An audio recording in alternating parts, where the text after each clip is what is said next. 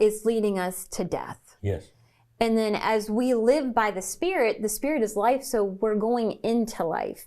And I know we were talking about this illustration earlier. It's kind of like a tug of war. Whichever one you're feeding more, your spirit or your flesh, is the one that your mind and your soul are gonna win out over your mind and your soul. So like if you're continuing to build yourself up and you're in the Word and you're around people that are helping you and you're praying in the Holy Ghost and you're spending time with God, that's pulling your mind and your soul more towards the Spirit, and you're going to make better choices. But if you're going to keep fulfilling the lusts of the flesh, and you're going to keep petting your flesh, and you're going to keep doing the things that makes it happy, oh, it's okay, I can keep doing this because God's grace is there to cover it, oh, it's okay.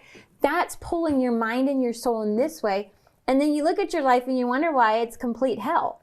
Well, you've been serving it. I mean, hello, let's just say it. There it is. So I think not just even addiction, but just anything in our lives, anything that takes our heart and our mind away from God is wrong. In 1 John 5:21, it says, keep away from anything that might take God's place in your hearts.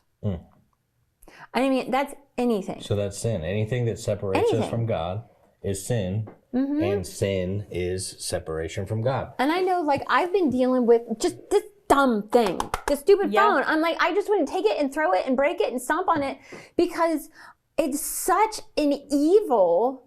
And it's not even like I'm looking at bad stuff or listening to bad stuff or what. It's just, it's a time waster. And it takes me away from more time that I could be praying, reading my Bible, spending time with God. Patty just put out like a whole thing on that on Facebook about distractions and the things that are keeping you this is it farther away from God and being distracted by the world. And our devices, that's huge. So you remember how we was just talking about the fruit of the Spirit, right? And what